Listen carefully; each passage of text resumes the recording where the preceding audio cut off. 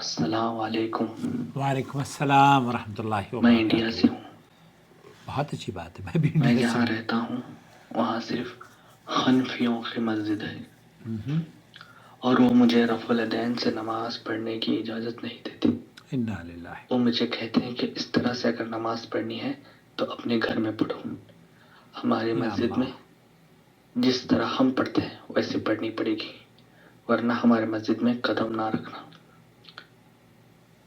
تو میں کیا اپنی نماز سنت طریقے سے گھر میں ادا کر سکتا ہوں، یا پھر ان کی مسجد میں جا کر ان کی طریقے سے نماز پڑھنا میرے لیے صحیح ہوگا؟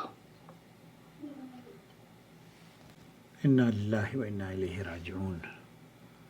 حسبی اللہ و نعم الوکیل۔ دوستو، بھائیوں اور بہنوں، اس طرح کے متعصب لوگ بھی سماج میں پائے جاتے ہیں۔ حالانکہ اللہ رب العالمین نے جو مساجد بنائی ہیں یا مساجد کا جو وجود ہے، وہ اس کے بارے میں اللہ تعالیٰ نے قرآن کریم میں فرمایا وَمَنْ أَظْلَمُ مِمَّنْ مَنَعَ مَسَاجِدَ اللَّهِ أَنْ يُذْكَرَ فِيهَا اسْمُهُ وَسَعَىٰ فِي خَرَابِهَا۔ اور اس سے بڑھ کر ظالم کون ہو سکتا ہے جو اللہ کی مسجدوں میں اس کا نام لینے سے روکے اور ان کی ویرانی کی کوشش کرے۔ دوستو، بھائیوں اور بہنوں، اللہ کے رسول صلی اللہ علیہ وسلم نے یہ فرمایا ہے صلو کما رأیتمونی اصلی، اس طریقے سے نماز پڑھو جیسے مجھے نماز پڑھتے ہوئے دیکھتے ہو۔ جب کبھی مسلمان کو نماز کے بارے میں اس طرح کی صورتحال پیش آ جائے کہ مسجد کے لوگ اسے یہ کہیں اور مجبور کریں کہ اگر تم سنت کے مطابق نماز پڑھنا چاہتے ہو تو مسجد میں نہ آؤ بلکہ گھر میں پڑھو، تو یہ اصل میں نہایت ہی متعصب قسم کے لوگ ہوں گے۔ بلکہ ہمارے ہاں تو آپ کسی بھی طریقے سے نماز جب آپ آ کر پڑھتے ہیں، جب مسجد میں آپ آئیں گے اور لوگوں سے ملاقات کریں گے، لوگوں کو دیکھیں گے، تو ہو سکتا ہے کہ آپ کی اصلاح ہو جائے۔ اس لیے مساجد میں، ہماری تمام مساجدوں میں یہ حال ہونا چاہیے کہ کسی بھی مکتب فکر کے لوگ اس میں نماز پڑھنے کے لیے آئیں تو انہیں نہیں روکنا چاہیے۔ اور حقیقت یہی ہے کہ دیوبندی اور بریلویوں میں تو خیر یہ بہت زیادہ تعصب پایا جاتا ہے، لیکن دیوبندیوں میں کم ہے۔ ہمارے ساتھ بھی کئی مرتبہ ہوتا ہے ایسے، میرے ساتھ بھی کئی ایسے واقعات ہوئے ہیں، لیکن مسلمان کو یہ سوچ لینا چاہیے کہ آپ اللہ کے رسول صلی اللہ علیہ وسلم کے امتی ہیں، اور اللہ کے رسول صلی اللہ علیہ وسلم کی جو سنت پر عمل کرنے سے روکتا ہو، دراصل وہ خود بھی گنہگار ہے اور دوسروں کو بھی گنہگار ہونے کی یا سنت کو چھوڑنے کی یا اس طرز پر لوگوں کو سنت سے دور کر رہا ہے جس کا محاسبہ اس کے لیے اللہ رب العالمین اسے ضرور پوچھے گا۔ اور اللہ کے رسول صلی اللہ علیہ وسلم کی ایک بہت خوبصورت حدیث ہے، مجھے یاد آئی، اللہ کے رسول صلی اللہ علیہ وسلم نے فرمایا کل امتی یدخلون الجنہ الا من ابا۔ اللہ کے رسول صلی اللہ علیہ وسلم نے فرمایا کہ میری امت کے تمام لوگ جنت میں داخل ہوں گے الا من ابا، اس شخص کے علاوہ جو جنت میں داخل ہونے سے انکار کر دے۔ اللہ کے رسول سے پوچھا گیا کہ اللہ کے رسول ایسا احمق بھی کوئی ہو سکتا ہے؟ اللہ کہ وَمَن یَأْبَى یا رسول اللہ، یہ تو بہت ہی خرابی کی بات ہے کہ ایک آدمی جنت میں داخل ہونے سے منع کرے۔ تو اللہ کے رسول سے پوچھا گیا وَمَن یَأْبَى یا رسول اللہ، قال من اطاعنی دخل الجنہ ومن عصانی فقد ابا۔ رسول اکرم صلی اللہ علیہ وسلم نے فرمایا کہ جس نے میری اطاعت کری وہ جنت میں داخل ہوگا، اور جو میری نافرمانی کرے گا اس نے گویا کہ انکار کیا۔ اس حدیث سے بات بالکل واضح ہو جاتی ہے کہ کامیابی سنت کی پیروی میں ہے۔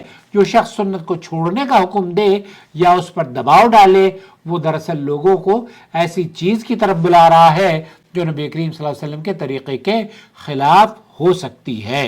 اسی لیے اہل علم نے یہی بیان کیا ہے کہ اگر کسی مسجد میں لوگوں کا عقیدہ درست نہ ہو، وہ انسان کو سنت پر عمل کرنے سے روکتے ہوں اور زبردستی اپنے طریقے پر عمل کرنے پر مجبور کرتے ہوں، تو ایسی جگہ نماز پڑھنے سے بچنا ہی بہتر ہے، کیونکہ مسلمان کا دین سب سے قیمتی چیز ہے اور اسے کسی کے دباؤ کی وجہ سے سنت کو نہیں چھوڑنا چاہیے۔ اسی طرح سے عقیدے کا ایک اور مسئلہ ہے، جب آپ بات کرتے ہیں نا احناف کے پیچھے نماز پڑھنے کی، تو میری کئی ویڈیوز موجود ہیں۔ شیخ صالح الفوزان جو سعودی عرب کے مفتی اعظم ہیں، ان سے پوچھا گیا کہ ایک شخص وہ جو عقیدہ رکھتا ہو جو کہ اللہ تعالیٰ ہر جگہ موجود ہے، اس کے پیچھے نماز کا کیا حکم ہے؟ شیخ فرماتے ہیں کہ اس کا یہ تو ابو لہب کا عقیدہ ہے، ہمارے یہاں اکثر لوگوں کا یہ عقیدہ رہتا ہے کہ اللہ تعالیٰ ہر جگہ موجود ہیں۔ چونکہ میں تو دیوبندی تھا، دیوبندی اللہ تعالیٰ غریق رحمت کرے سماعت شیخ عبدالعزیز ابن باز کو، شیخ صالح الفوزان کے اللہ لمبی عمر دے، انہیں اطاعت اور فرمانبرداری کی، انہوں نے واضح کر دیا کہ یہ عقیدہ درست نہیں ہے کہ اللہ تعالیٰ ہر جگہ موجود ہے۔ جو یہ عقیدہ رکھتا ہے کہ اللہ تعالیٰ ہر جگہ موجود ہے، یہ درست عقیدہ نہیں ہے، یہ کفریہ عقیدہ ہے۔ تو ایسے شخص کے پیچھے تو آپ ایسی مساجد میں اگر امام کا عقیدہ یہ ہو کہ آپ ہر جگہ اللہ تعالیٰ موجود ہے، تو اس کے پیچھے تو نماز آپ کو پڑھنی ہی نہیں چاہیے۔ تو بہرحال آپ اہل سنت والجماعت کے نزدیک یہی عقیدہ ہے کہ اللہ رب العالمین الرحمن علی العرش استویٰ، اللہ تعالیٰ اپنی مخلوق سے بلند ہے، عرش پر مستویٰ ہے، جیسے کہ قرآن اور احادیث میں آیا ہے۔ اگر کوئی ایسا عقیدہ رکھتا ہو جو قرآن و سنت کے خلاف ہو اور اللہ کو بذات خود یہ کہتا ہو کہ جناب اللہ تعالیٰ ہر جگہ موجود ہے، تو ایسی صورت میں اہل علم نے سخت تنبیہ کی ہے کہ ایسے شخص کے پیچھے نماز نہ پڑھیں۔ اس لیے اگر کوئی مسجد ایسی ہو جہاں آپ کو سنت کے مطابق نماز پڑھنے سے روکا جائے اور آپ پر دباؤ ڈالا جائے کہ سنت چھوڑ دو، تو ایسی صورت میں بہتر یہ ہے کہ آپ کسی دوسرے مسجد میں نماز پڑھیں، بلکہ آپ ایسے امام سے وہاں جا کے آرگومنٹ نہ کریں، کسی کو بحث و مباحثے میں، کیونکہ اس طرح کے جو متعصب لوگ ہوتے ہیں نا، وہ مار پٹائی پر بھی اتر آتے ہیں میرے عزیز۔ اس لیے بہت کوشش کریں کہ نرم مزاج اپنا اسلوب بہت ٹھنڈا رکھیں، اگر آپ نوجوان ہیں تو اسلوب ٹھنڈا رکھیں اور کسی سے بھیڑنے کی کوشش نہ کریں۔ اللہ کے لیے امت کو اتحاد اور اتفاق کی ضرورت ہے۔ آپ نماز نبی کریم صلی اللہ علیہ وسلم کے طریقے کے مطابق ادا کر رہے ہیں، اس پر میں آپ کو مبارکباد پیش کرتا ہوں، اس پر قائم اللہ تعالیٰ آپ کو بھی رکھے، ہمیں بھی رکھے، اور جو لوگ اس سے روکنے کی کوشش کر رہے ہیں ان کو یہ آپ ضرور کہہ لیں، صحیح بخاری اور مسلم دیکھ لو یار، اللہ کے رسول صلی اللہ علیہ وسلم نماز میں رفع دین کیا کرتے تھے، اس لیے آپ اگر نہیں کرتے تو آپ کو کرنا چاہیے۔ ہم تو یہ نہیں کہتے کہ آپ ہماری مسجدوں میں آئے اور اگر رفع دین نہیں کرتے تو آپ کو نکل جانا چاہیے، ایسے کبھی کوئی اہل حدیث نہیں کہتا۔ ہم تو آپ کو بلاتے ہیں، آپ ہمارے یہاں آئیں گے تبھی تو آپ کی اصلاح ہوگی۔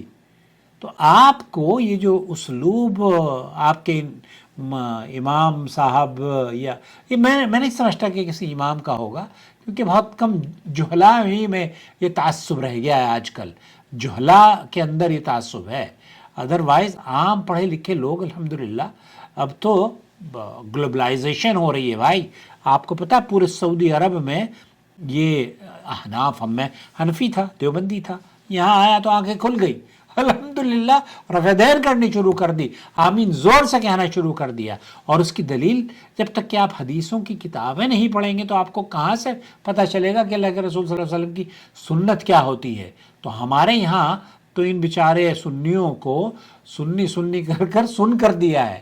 تو آپ کو اگر سنت پر عمل کرنا ہے نا، حدیث کی کتابیں خریدنا شروع کر دیں اور حدیث کی کتابیں پڑھیں گے تو یقین جانیے آپ کی نماز بھی درست ہو جائے گی۔ بہرحال آپ کو اگر لڑائی جھگڑے کا کوئی ایسا وہ ہے نا، تو بالکل لڑے جھگڑے نہیں، مساجد کا اہتمام اور مساجد کا تقدس اور مساجد کی جو پاکیزگی ہے وہ بنائی اس لیے گئی ہے نا کہ اللہ تعالیٰ کا ذکر وہاں پر کیا جائے۔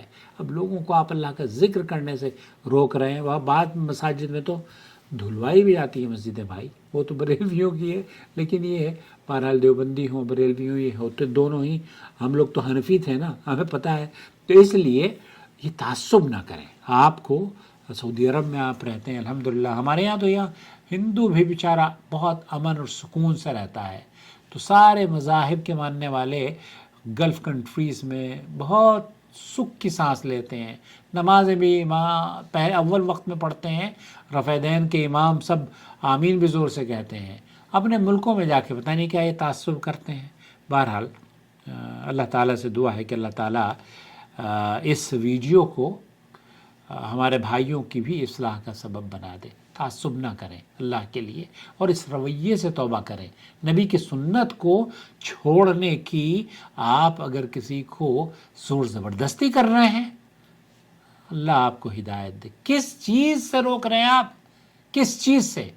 اس چیز سے جس کو امام بخاری اور امام مسلم نے اپنی کتاب میں نقل کیا ہے. امام بخاری اور امام مسلم کو چھوڑ دیجئے, احادیث کی جتنی کتابیں ہیں سب حدیث کی کتابوں میں اللہ کے رسول صلی اللہ علیہ وسلم سے ثابت ہے کہ رکوع میں جاتے وقت, رکوع سے سر اٹھاتے وقت اور تیسری رکعت میں کھڑے ہوتے وقت ویسے ہی رفع دین کیا کرتے تھے, اللہ اکبر. اس طرح جیسے آپ وتر کی نماز میں کرتے ہیں. وتر کی نماز میں تو ثابت ہی نہیں, وہاں آپ کر رہے ہو, لیکن جہاں ثابت ہے وہاں سے پتہ نہیں کیوں. بہرحال اصلاح ہو رہی ہے الحمدللہ.